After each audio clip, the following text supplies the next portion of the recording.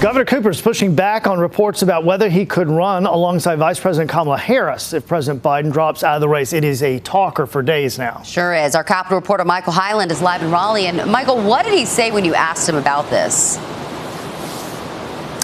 Well, he continued to show support for President Biden. He called the reports about this speculation. Vice President Kamala Harris came to North Carolina this week as a report in the New York Times said Governor Roy Cooper is the frontrunner to join her on the Democratic ticket if President Biden steps aside. I asked the governor about that Friday. Governor, regarding some recent reports, have you had any conversations with the vice president or the campaign about potentially joining the ticket if President Biden exits the race? That's the kind of speculation we do not need right now. Yesterday, my conversations with her were about winning in November, and we enjoyed the rally, and there was a lot of energy there. In response to a follow-up question, Cooper said flatly that he had not had conversations about being VP. President Biden has said all week, including at his press conference Thursday, that he is staying in the race. In the hour press conference, I thought he showed a real command of foreign policy, really extraordinary.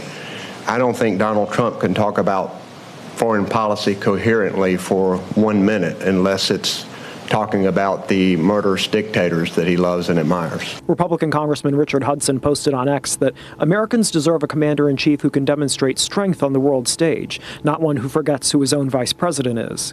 He's referring to a moment when Biden mistakenly said Vice President Trump when he meant Harris. Chris Cooper at Western Carolina University said the state remains critical in the race. North Carolina is completely off the table for Democrats. If there's no chance, if they can get blown out in North Carolina, they're going to get blown out nationally. The New York Times said that short list of potential running mates for the vice president also include the governors of Pennsylvania and Kentucky. Live in Raleigh, Michael Hyland, CBS 17 News. All right, Michael, you know what? This is not going away until we know what is going to be is going to be. So, I guess everybody needs to get used to being asked these sorts of questions. Yep. Thank you for doing it for us again tonight. We appreciate it.